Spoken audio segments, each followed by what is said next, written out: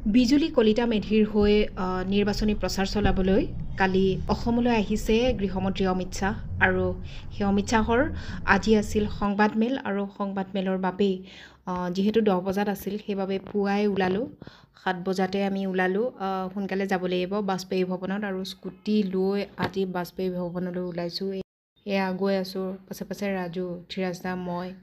আমাৰ টিমটো চিংকু আছে গৈছে গৈ এয়া পালোহি বাজপেয়ী ভৱন একদম নিৰাপত্তা ব্যৱস্থা কটকটীয়া যিহেতু গৃহমন্ত্ৰী আহিছে আৰু গতিকে আমাক আগতেই বাজপেয়ী ভৱনত স্কুটি লৈ যাওঁ আজি স্কুটিও আনিব নিদিলে তথাপিও স্কুটিখন বাহিৰত থৈ এয়া আমি আহিছোঁ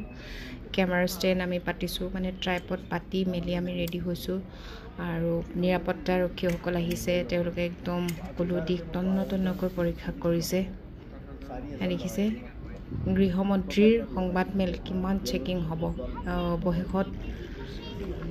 এয়া সকলো আহিলে নেশ্যনেল মিডিয়াও যিহেতু ইয়ালৈ আহিছে অসমত আছেহি যিহেতু অসমৰ এতিয়া ৰাজনৈতিক পৰিস্থিতি বিশেষ গৰম হৈ আছে নিৰ্বাচন চলি আছে তৃতীয় পৰ্যায় অৰ্থাৎ অসমৰ শেষ পৰ্যায়ৰ নিৰ্বাচন অনুষ্ঠিত হ'ব 7 তাৰিখত গতিকে তেনে সন্দৰ্ভত আজি অমিত শ্বাহ ডাঙৰীয়াই আহি পালে তেওঁ আৰু মাত্ৰ কেইটামান মুহূৰ্ততে সংবাদমেল সম্বোধন কৰিব Welcome Honorable Home Minister of India Sri Amit Shah ji to the press conference accompanied by